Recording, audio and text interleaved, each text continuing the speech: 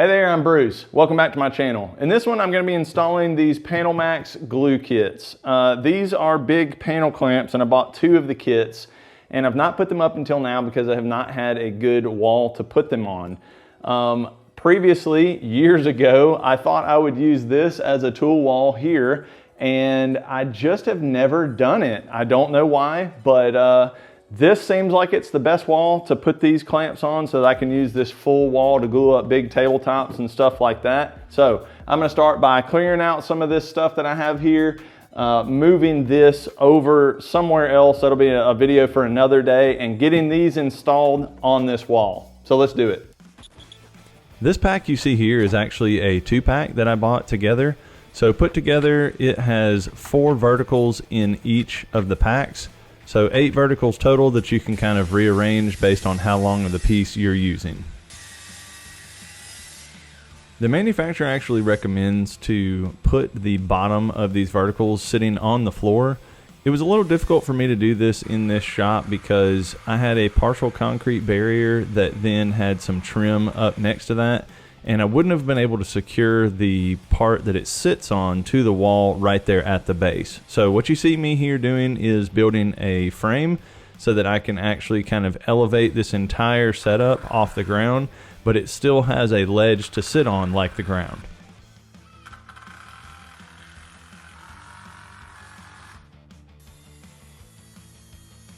While making this frame, I wanted to show you that you could use many different tools to accomplish this. If you didn't have a table saw, you could get by with just a track saw and cut a flat side on these long 2x6s, and then you could turn them and use the same track saw while it's supported to make your cross cuts.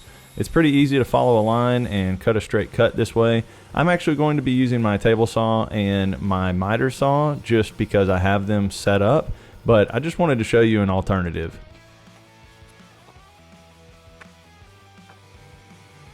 There's a very specific distance off of the wall that the manufacturer recommends that this piece sits. It's different at the top and at the bottom, so to accommodate that, I'm grabbing some of my scrap and I am just resawing it at the bandsaw to get it to the thickness I need. I marked out the stud locations and then added the offsets so that it would stand off the wall just the right amount. That way I could start securing everything to the wall.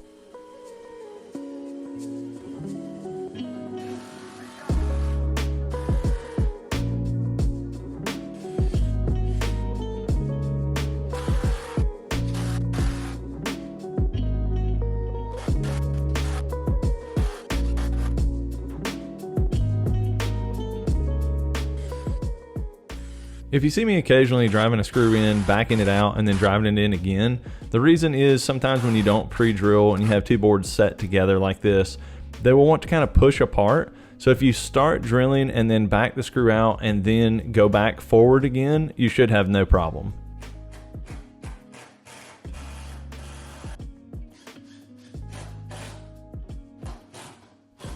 If it looks like the wall is slightly off when I'm using this level, it is, because remember this is a garage, so it slopes toward the door.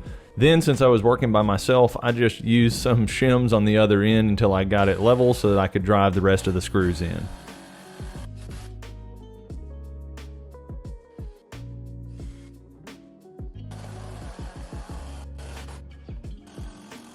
I just happen to have some of these massive 6-inch screws lying around from another project, and that's what I used to make sure it went through both of these pieces and well into the studs. And when I ran out of the 6-inch ones, I only had 4 inches. Then I just counterbored a hole so that I could reach the stud with that screw. And there's my platform.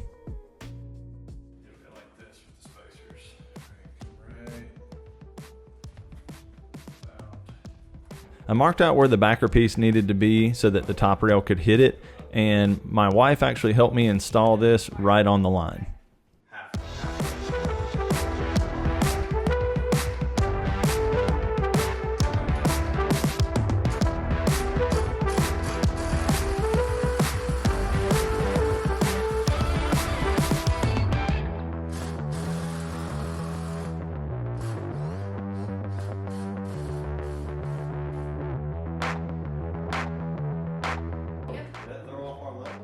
Perfect.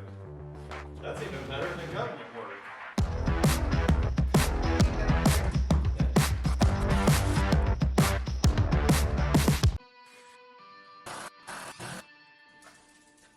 Now it's time to start mounting the actual hardware. They give you specifications of how high you're supposed to measure and put all of this stuff. I will leave that up to, if you get this kit or a different kit, just follow their instructions. They all worked out really well.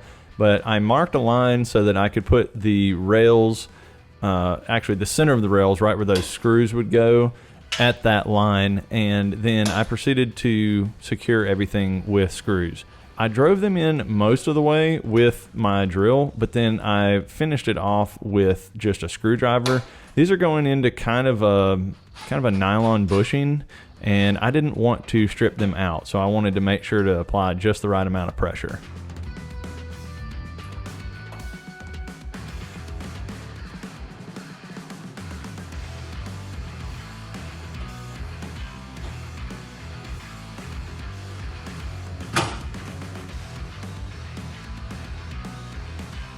Next up, you have to slide in these nylon shoes. You can see I've already done it on the right side there, but they kind of just slide into this channel, and that's what the uprights will end up securing to. Since these do just slide in the channel, it's a really good feature because if you need to spread those uprights apart or change, the interval that they are at, it's really easy to do because they just move. You just kind of slide them in that channel. The uprights are actually secured to that little shoe, and so it makes it very easy to adjust. I will say, do not over tighten these. They're very small screws because it doesn't take much to actually hold the verticals upright, but you don't want to strip those out. I had one strip and it's not a problem. I ended up just re-drilling a different hole into one of those nylon shoes, but just be careful. Now it's time to deal with the hardware. They come in a couple of different pieces. You need to actually thread in the threaded part into the kind of U-shaped arm until you can get the knob on top. There's a flat spot and then a set screw in the knob that you will actually use against that flat spot, and it will secure it, and then you'll end up with this kind of octopus looking spring-loaded arm thing.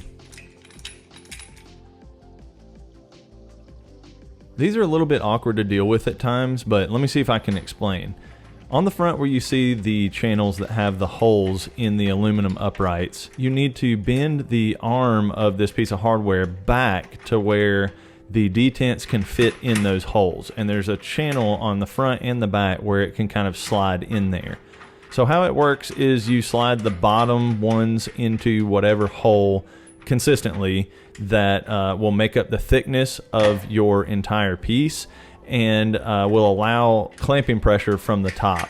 To explain it a little further, say you need to clamp something that's 30 inches, measure down or figure out which one of those holes will allow the 30 inches to go up and let those clamps reach it.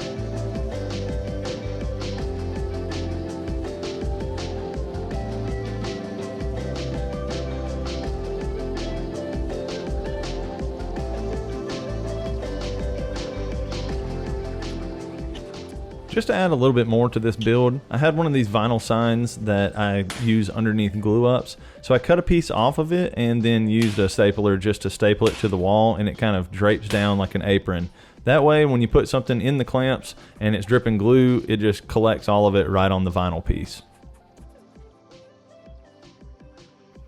And I'm going to demonstrate how it works. I was actually gluing up a countertop. So this works out just perfectly right after I got it done. You basically just do it the same way. I found that it works best to do kind of sections, so put 2 or 3 boards in there and then have a buddy, or in my case my wife, help you lift the thing and set it in there. And I actually learned for large glue ups like this, it's probably best to do it in a couple of different glue ups, because we got it in there and realized the glue was starting to set up, so we had to kind of adjust the height to make sure that we could clamp it down, and then the next day we came back and finished off the rest of the glue up. It's not as heavy as the other one. Up, up, you're good. Alright, I'll line it up, go your way just a little, there, it's perfect.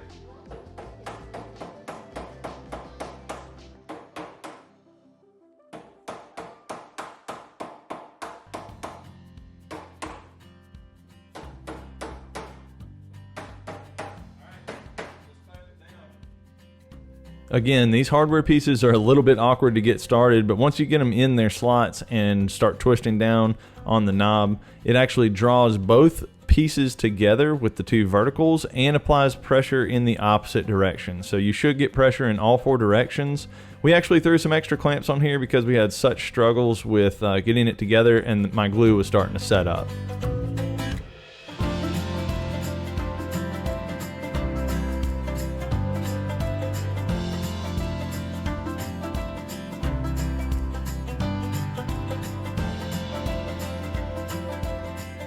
Thanks so much for checking out this video. Making this little setup and installing these panel clamps has been a huge help. I've done 2 panel glue ups with it so far. I was able to do a giant countertop in this and it worked really well. I will say it's a little bit harder to get the piece out when it's this giant countertop. Anyway, thanks so much for checking out this project. If you have questions about this system, I don't know everything there is about it. I've used it a little bit here now, so leave them in the comments below. I'll definitely do my best to answer any of them. Well, that's it. Thanks so much for watching. I'll see you in the next video.